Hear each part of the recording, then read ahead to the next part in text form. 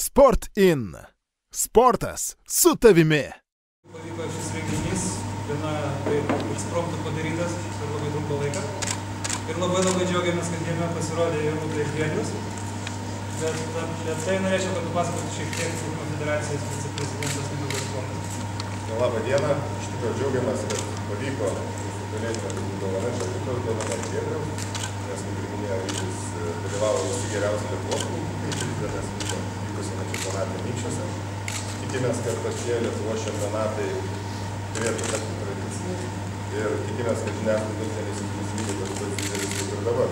Iš tikrųjų dar naudodamasis progą norėčiau teikti žurnalistų, kad įteikti prizą Rūtai, metų sportininkės prizą. Lengvas bus.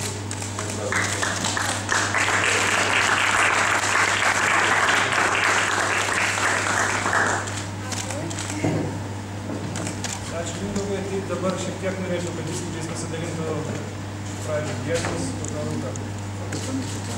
Iš tikrųjų labai smagu buvo plaukti, pirmas čempionatas Lietuvoje, kuris yra surengtas ganėtinai šou. Buvo smagu plaukti, dalyvauti čempionate, daug dėmesio, ta muzika, federacija labai iš tikrųjų daug pasistengė šioje vietoje. Kuo daugiau tai Aš įgaunu dalyvauti, nes tai labai smagu dalyvauti pirmas čempionatas. Nežinau, anksčiau iš vis žmonių beveik nesižinojo, apie jo dabar daug žmonių, kurie, žinot, niekada žmonės turėtų ir labai yra smagu ir tas plaukimas po truputį jau išpopuliarėjo šiek tiek. Manau, ir patys plaukikai man patiems smagu plaukti, ta motyvacija gal labiau atsiranda. Tai tikrai buvo tiesiog malonumas. Ačiū visiems. Kolegos ilgai nedirbant, jeigu turite klausimą, tai šaukite. Rūta, pagerinot savo pačios Lietuvos rekordą. Kaip, kodėl? Rūta, gal galima patikslinti, iš tikrųjų, šitas laikas 2 minutės 9,5, kiek dar galėjai jį pagerinti, nes bent jau laisvų stilium žiūrint atrodė, kad jėgų dar yra. Nežinau, tai šitą kartą gal suprosiu, nežinau, tai šią akimirkai gal pusesnį, gal šiek tiek buvo, bet 2 minutės 9,5, tai labai geras rezultatas ir pasigerinau daugiau dar 17 km, tai labai patenkinti, nes tiesiog nebuvo anksčiau progos. Plaukti kažkaip pasiruošti, bet nuo to pasaulio čempionato kažkiek poilsio, bet turėjau, tai geroj darbos sportiniai labai gerai pasiruošti. Pasaulio čempionate bronzos būtų užtekęs su 2 sekundėm ir 0,5 greičiau. Jauti savyje rezervą, tarkim, artimiausiu metu, kad galėtum praplaukti porą sekundžių? Nežinau, tai kažkiek vis laiką kažką yra visokių dalykų, kuriuos galima pataisyti. Visi žinom, kad delfino ir ta nugarą nėra labai nežinau, tai jeigu tikrai treniruotis tam, manau, gal galėčiau besti sekundę. Treneris yra minėjęs, kad 200 kompleksų gali būti viena tų distancijų, kur olimpiadoje tu ją galėtum plaukti. Jauti savyje tą rezervą, būtent peteliškį ir nugarą? Nežinau, žiūrėsim, aš kažkaip šiuo metu tai dar nesitreniruoju specialiai tiem šimtam kompleksų, bet tiesiog pašalinė mintis, kuri jeigu yra proga, tai plaukiu aš šiam šimtos lyginti sakys. O žiūrėsim, gal kažkaip jeigu kompleksą, manau, ne, bet tikėkimės, manau,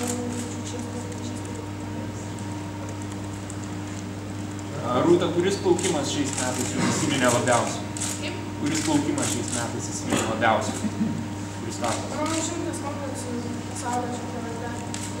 Be abejo, Londone, bet dabar paskutiniuoju, tai manau, 100 kompleksų, tai labai esu patenkinta, bet tikrai, aš turėjau 100 klasę, aš tai 5 minutės valandą dėl 100 valandos, tai nežinau, man labai patenkinta buvo to sidabro medalių.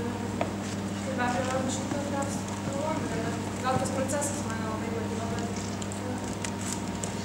proceso prasme, tai manau, 100 kompleksų ir 100 klasės tam.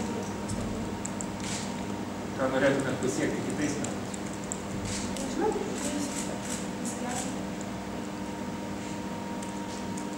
Ar bus rimtų startų iki Barcelonos? Iki Barcelonos ar bus rimtų startų? Rimtų? Taip, tokių jau su rimtais varžovais. Visiems žinoma, kitiem yra Barcelona, kuris aukščiausias varžybos šiais metais, manau, visos tos tokios tikrai tai nebus koštas. Ne vieną rezultatą jau pagerinusi tiek Lietuvos čempionato. Sakyk, ar yra toks koks nors rekordas, kurį jau tikrai norėtum pamušti, numušti, turėti savo istorijai? Nežinau, nemanau, kad kažkoks rekordas yra. Manau, savo net distancijas stengiuosi pamėginti, kurių čia mano didžiausias tikslas, o manau, smagu būti, jeigu tas rekordas kažkoks, nežinau, bet kuris mano iš Lietuvos parodyti liktų ilgam.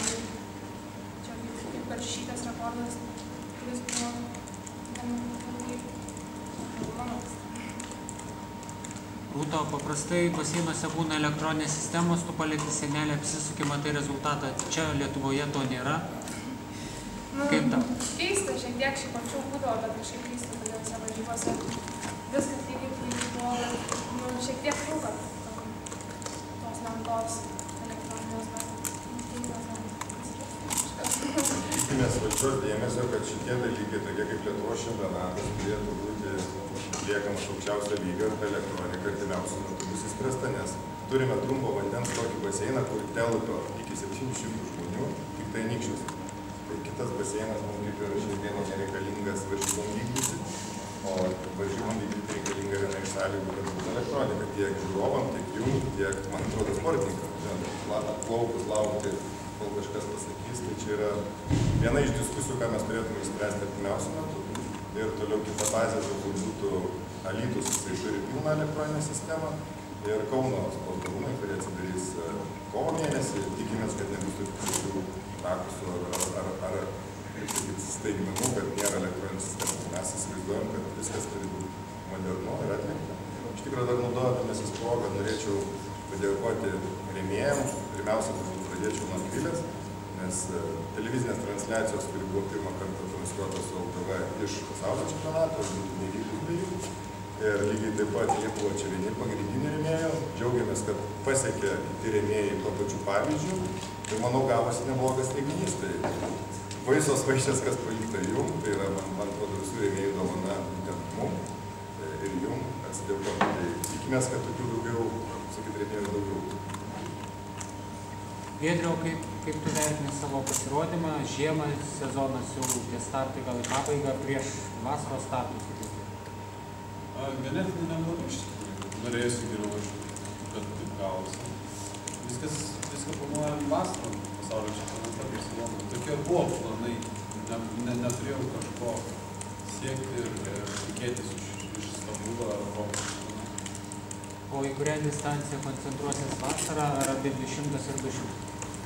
Aš manau, stengsiu visas, tai 50 ir 200 ir 100.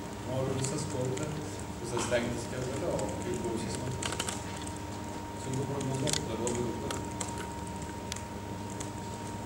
Rūta, kalbėta, kad turėjai nueiti medicininį patikrinimą. Kokios išvados? Išvados? Ką rado? Ne, ką žinau, geras išvadas, nieko nesakė pasikabinti, ir žinai, kažko negali.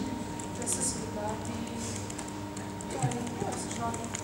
Tai Anglijai kažkaip kondicinė, labai, manau, pagelbės, nes, kažkaip. Aš gal papildysiu. Iš tikrųjų, čia buvo atliekami testavimai, kurie bus etapiniai ir tiksliniai, padėti treneriui, čia turbūt ir treneris daugiau pasakytų, kad planavimas būtų kryptingas ir sistemingas, kad matytų, kurioje sistemoje esame. Mums labai keista, kad iki tol tokie testavimai nebuvo atliekami, tai federacija ėmėsi iniciatyvos ieškoti geriausių taškų ir klimatas, tiek Lietuvos, tiek Rūta buvo ištestuoti. Manome, kad ir kiti plaukikai bus lygiai taip pat ištestuoti, nes turime 5-6 geriausius, kurias ruošiam prie dažnėjų. Ir lygiai taip taip pat norim rūpintis antra ir trečia rinktinė. Tai šitie dalykai taps tradiciniai, stengsimės visada rūtai padėti, ko galime. O žinote, išeities taško niekad nebuvo ir šitus dalykus reikia taisyti ir dėliotis. O treneriam tai yra rekomendacinis būdas, kur yra galimybių tobulėti ir kokios vietos yra silpniausios. Šiaip Rūta ir Giedrius yra visiškai sveiki, o pagal sportininkų terminus yra rekomendacija. Rūta, esate favoritė Lietuvos geriausių sportininko rinkimuose. Už ką balsuotumėte pati, jeigu galėtumėte?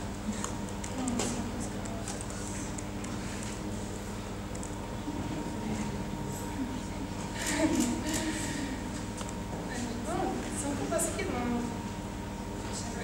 Už kažką vieną išskirti, nemanau, kad išskirčiau. Visi labai nusipelno daug ir tikrai nemanau, kad išskirčiau kažką vieną, kam tikrai duočiau savo balsą. Aš nežinau, klausimas.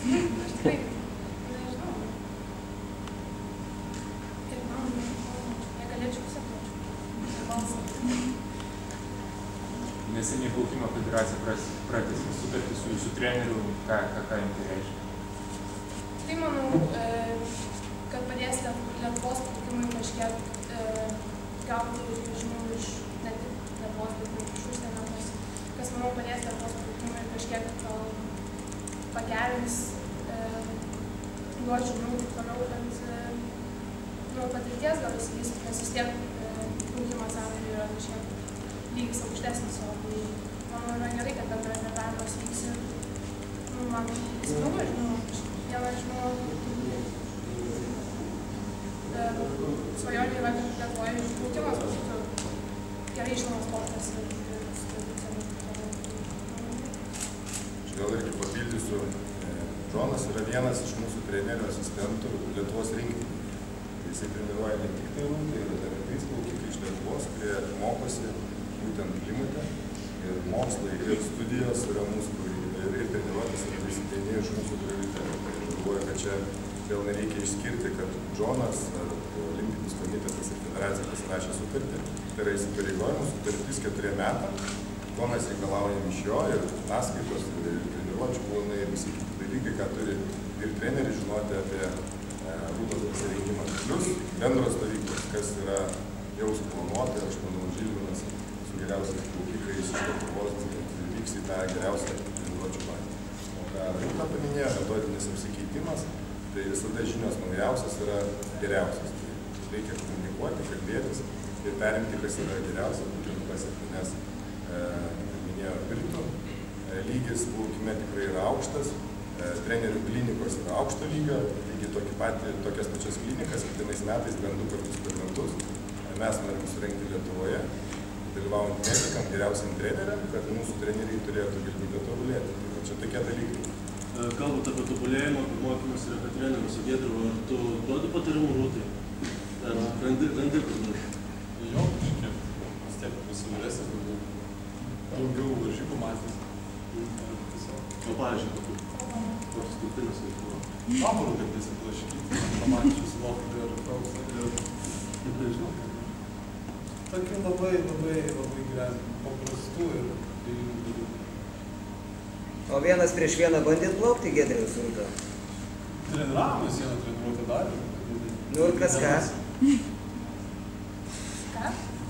Įdomus klausimas. Kaip sako? Kas ką? Kas ką? Tai aišku jisai. Tai gal ant nugaros plaukė? Aš pats. Jis atsispirė jau manęs. Turėjo iš priekį, nežinau.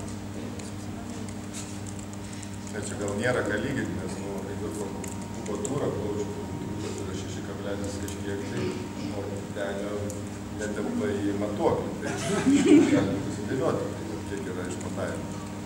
Čia lygiai tas pats ir jėga vyriška, nepalyginti rezultatai, kuris skiriasi iš 6 minutėm. Baseinė 67 sekundės, tai atrodo, taip kaip Rūta kompleksą paliko nuo varos atmendai. Nu, neužpėk jau Rūta labai, palyginom. Kaip sako? Neužpėk, sakau, labai, palyginom, ką mes profanai.